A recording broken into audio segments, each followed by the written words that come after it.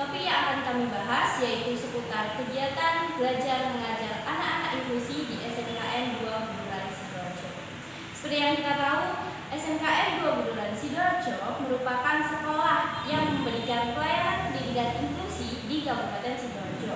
Baiklah, langsung saja setelah ini akan ada rekan saya Safira Yosi yang akan berbincang-bincang bersama Ibu Uswatun Dian Islamiyati SPD selaku guru pengajar anak-anak inklusi di SMKN 2 Buduran Sidoarjo. Baik, sekarang saya sudah bersama Bu Dian. Ya. Selamat siang Bu, bagaimana kabarnya? Oke, alhamdulillah hari ini dalam keadaan baik, sehat walafiat. Baik Bu, saya Yosi dari kelas 12 akuntansi 3, izin mewawancarai Ibu soal teman-teman istimewa di SMK Negeri 2 Buduran. Ya, boleh. Monggo, silakan. Baik. Bu, untuk anak-anak dan teman-teman istimewa di SMK Negeri 2 Buduran ini pada saat masuk ke SMK Negeri 2 Buduran, pendaftarannya itu sama seperti siswa lainnya atau bagaimana ya Bu? Oke. Untuk peserta didik berkebutuhan khusus di SMK Negeri 2 Buduran sama sebenarnya dengan sekolah-sekolah lain, ada jalur khusus untuk mereka. Tidak sama mestinya dengan jalur reguler seperti kalian yang lainnya. Namanya adalah jalur afirmasi. Mereka juga sama menyertakan data-data yang dibutuhkan saat PPDB. Nantinya saat sudah masuk ke sana, mereka akan kami proses di dalam sekolah. Akan kami mintai beberapa data-data untuk kami cek kembali, untuk menyaring kira-kira siapa saja yang bisa masuk di sekolah kami. Baik. Di sini untuk teman-teman istimewa masuk ke dalam jurusan apa saja ya Bu? Oke. Di sini di sekolah kita SMK Negeri 2 Buduran Sidoarjo, total sekarang anak berkebutuhan khususnya ada 19 anak. 7 anak di kelas 10, 6 anak di kelas 11, dan 6 anak di kelas 12. Yang kelas 10 ada 3 anak di dalam jurusan BDP, dan ada juga di jurusan DKV. Yang kelas 11 juga sama, ada di BDP, yang kelas 12 di BDP dan OTKP. Jadi ada 3 jurusan ya, BDP, DKV, dan OTKP. Baik, untuk Bu Dian sendiri sejak kapan bergabung ke SMK Negeri 2 Buduran? Saya tergabung di SMK Negeri 2 Buduran ini terhitung baru ya. Saya masuk di bulan Juli tahun 2022 di semester 1 kemarin sama anak-anak yang masuk di semester. Baru sekali ya Bu berarti? Ya, belum 1 tahun ke sini. Untuk Bu Dian sendiri motivasinya memilih menjadi guru pendamping untuk teman-teman istimewa apa ya Bu? Oke. Dulu saat memilih jurusan ketika akan mendaftar ke perguruan tinggi negeri, pilihan yang pertama adalah sosiologi, yang kedua antropologi, dan pilihan yang ketiga ini adalah sebagai pilihan cadangan, yang mana sebenarnya pilihan itu tidak terlalu diharapkan, tapi kita harus menyukai pilihan itu untuk jaga-jaga siapa tahu kita masuk di pilihan ketiga. Akhirnya saya pertimbangkan, kenapa ya saya kok milih pendidikan luar biasa namanya jurusannya ketika dulu. Saya berpikir seperti ini, kami semuanya terlahir nggak bisa memilih dalam kondisi kita request, minta ke Tuhan, minta ke Allah, ya Allah aku ingin dilahirkan dalam kondisi menjadi orang yang hebat, aku ingin terlahir dari orang tua ini dengan kondisi keluarga seperti ini, aku ingin lahir di sini, kan nggak bisa. Begitu juga sama dengan anak-anak berkebutuhan khusus, kita dan mereka pun nggak bisa memilih, ya Allah aku ingin hidup seperti ini, nggak bisa. Mereka kan juga nggak ingin sebenarnya dilahirkan seperti itu, namun Tuhan menakdirkan, Allah menakdirkan mereka terlahir dengan keadaan seperti itu. Lalu saya berpikir, siapa lagi yang mau memilih mereka? Nggak semua orang mau. Bahkan ada pun orang tuanya sendiri pun tidak jarang menolak kelahiran mereka, menolak kelahiran mereka. Jadi mulai dari pemikiran itu saya berinisiatif, oh ya sudah, aku ambil jurusan ini saja. Untuk pembelajaran teman-teman istimewa di SMK Negeri 2 Buduran sendiri itu apa sama seperti siswa-siswi lainnya atau ada pelajaran penunjang khusus ya Bu? Oke, yang pertama untuk pembelajaran anak berkebutuhan khusus di sekolah kami. Mereka pembelajarannya sama seperti siswa reguler. Hampir 90% mereka masuk di dalam kelas. Namun juga ada beberapa program penunjang yang dikhususkan untuk mereka. Yakni diantaranya yang pertama ada PPI, yang kedua ada program kompensatoris. Saya jelaskan yang PPI dulu. PPI ini kami bagi 1 hari 2 anak. Sudah kami buatkan jadwal masing-masing anak. Jadi saat PPI mereka akan belajar di ruang sumber. Ruang sumber adalah ruang yang dikhususkan untuk memfasilitasi anak-anak berkebutuhan khusus. Mereka di sana apa yang diajarin di sana? Yang kita tingkatkan adalah kemampuan yang mereka belum mampu. Contoh menulis. Kalau bagi kita orang-orang reguler, hal menulis saja itu sudah kemampuannya sudah kita kuasai ya kan, apalagi kita sudah SMK. Namun untuk teman-teman berkebutuhan khusus, ada dari mereka yang belum mampu menulis dengan baik, menulis dengan benar, menulis dengan rajin, itu belum mampu. Jadi saat PPI kita ajarkan bagaimana cara menulis yang baik. Saya mengajarkan menulis yang baik itu tidak langsung mengajarkan dia menulis, itu enggak. Saya latih motoriknya dulu, mulai dari pertama membentuk garis lurus, membentuk garis lengkung, dibantu dengan titik-titik seperti pembelajaran di TK ya. Kami ajari dulu, ditingkatkan dulu kemampuan motoriknya mereka agar saat menulis nanti sudah bisa, paling tidak bisa rapi gitu. Itu yang pertama tentang menulis. Yang kedua tentang uang. Uang yang kita gunakan sehari-hari, kalau bagi kita itu kan sudah hal yang mudah. Kita bisa menggunakan uang dengan benar, dengan sebagaimana mestinya. Tapi untuk teman-teman berkebutuhan khusus, ada dari mereka yang belum bisa uang. Dia punya uang 2.000, tapi dia membeli jajan dengan harga 5.000. Dia nggak tahu apakah uang itu cukup untuk membeli atau tidak. Dia nggak tahu. Jadi saat PPI itu kami ajarkan beberapa kemampuan itu. Lalu yang kedua adalah program kompensatoris. Misalnya ini ada anak autism. Anak autism itu belum mampu mengontrol emosinya dengan baik. Mereka mudah sekali tantrum. Nah, saat program kompensatoris itu kita latih dia, kita beri treatment untuk dia, kita beri beberapa kejadian. Ketika ada temanmu sedang bersedih, kamu mestinya harus bagaimana? Itu yang pertama. Yang kedua, kalau ada temanmu yang sedang mengalami musibah atau kesulitan, apa yang harus kamu lakukan? Nah, seperti itu. Gitu. Baik, kan di SMK Negeri 2 Buduran sendiri merupakan sekolah konvensional ya Bu, dan siswanya itu beragam. Lalu bagaimana cara memberikan pengertian pada siswa-siswi lainnya bahwa teman-teman istimewa itu sebenarnya sama dengan kita gitu Bu?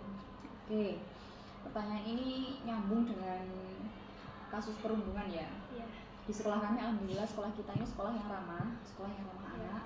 Kami di pendidikan inklusif bergabung dengan BK, jadi kami berkolaborasi memberikan sosialisasi kepada siswa-siswa reguler dan seluruh warga sekolah bahwa sekolah kami ini menerima anak berkebutuhan khusus.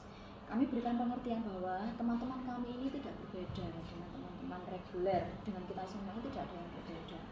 Kita semua wajib bersosialisasi, berkomunikasi, saling menyayangi, tolong menolong dengan anak berkebutuhan khusus. Gitu. Jadi di awal sudah kami beritahu bahwa kita ini menerima anak berkebutuhan khusus. Jangan sampai terjadi, yang paling marak terjadi tentang anak berkebutuhan khusus itu kan perundungan. Jangan sampai terjadi hal seperti itu. Kita beri pengertian bahwa kita ini semua adalah sama. Jika salah satu mengalami kesulitan, kita harus tolong menolong, harus saling menyayangi dan meminimalisir bullying. Baik Bu.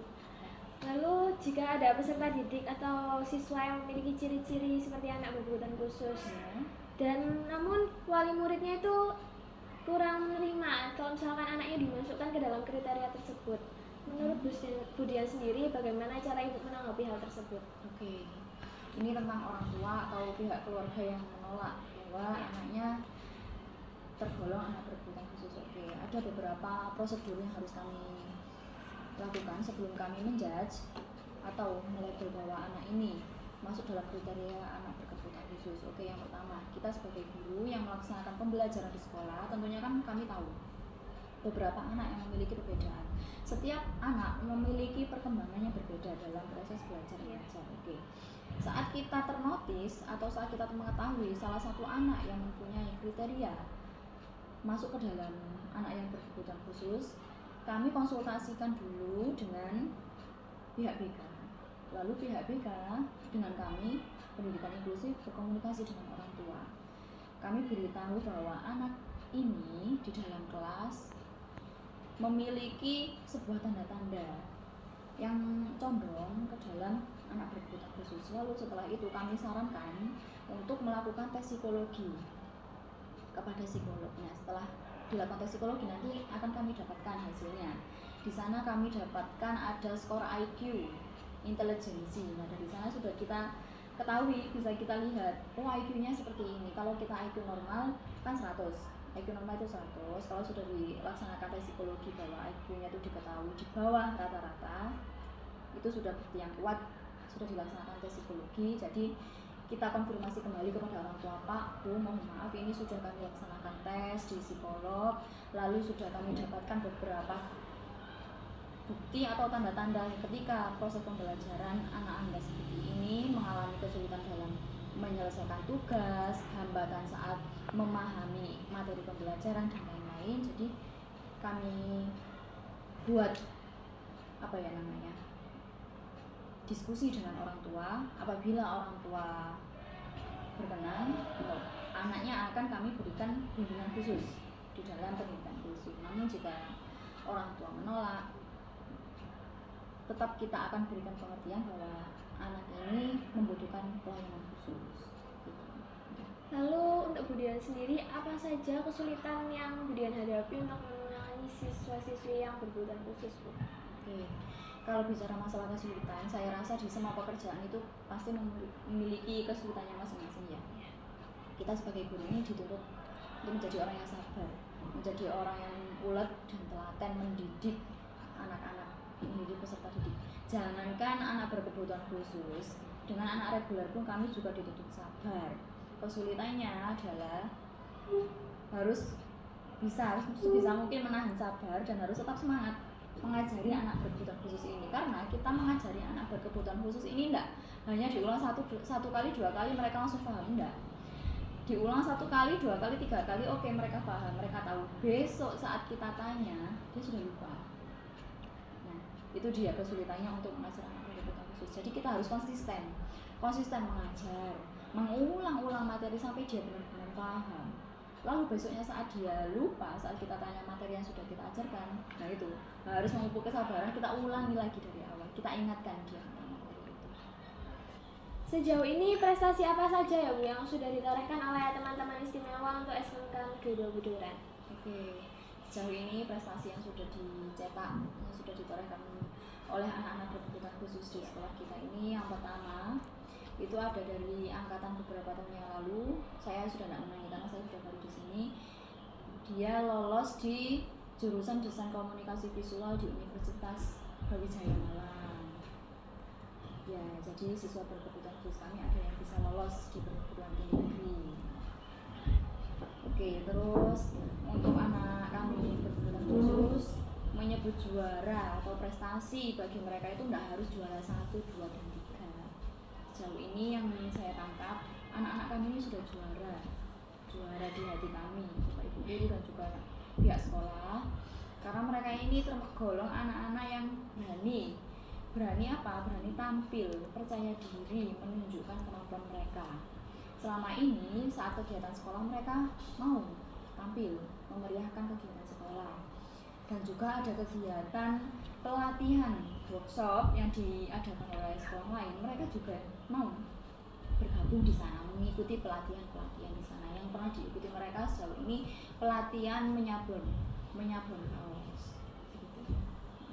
Ya, terakhir ya Bu, untuk Budian sendiri harapan kedepannya untuk meningkatkan potensi untuk teman-teman istimewa apa Bu? Oke, harapan saya untuk meningkatkan potensi anak-anak berkebutuhan khusus, yang paling saya dambakan untuk mereka adalah kemampuan sosial mereka. Semoga setelah kita didik di sekolah kita, kemampuan sosial mereka bisa berkembang dengan pesat. Akhirnya nanti setelah mereka lulus dari sekolah ini bisa bergabung dengan masyarakat. Mereka bisa berbaur dengan masyarakat, itu sudah syukur alhamdulillah. Apalagi kalau mereka bisa bekerja di luar sana, itu sudah sangat luar biasa sekali. Jangankan bekerja di instansi, di perusahaan, mereka membuat usaha sendiri itu pun sudah hebat. Karena yang kita tonjolkan, terutama yang paling kita butuhkan saat kita hidup di dunia ini adalah untuk berbaur dengan masyarakat lain. Karena kita dalam makhluk sosial, walau bagaimanapun kita tetap membutuhkan bantuan orang lain. Baik teman-teman, sekian wawancara saya bersama Budian. Untuk Budian, terima kasih banyak atas waktunya. Mohon maaf mengganggu ya Bu. Semoga harapan yang Ibu sampaikan dapat terwujud untuk kedepannya. Amin. Nah, jadi teman-teman, menurut pemaparan dari Budian tadi, tidak ada yang membedakan antara kita dengan teman-teman istimewa yang ada di SMK Negeri 2 Buduran. Karena semua pembelajaran yang ada di kelas juga mereka lakukan sama seperti dengan kita. Nah, mungkin untuk tambahan pembelajaran ada pembelajaran motorik yang diberikan oleh guru pendamping mereka. Oke, segitu saja informasi yang dapat saya berikan. Saya kembali lagi kepada Ira.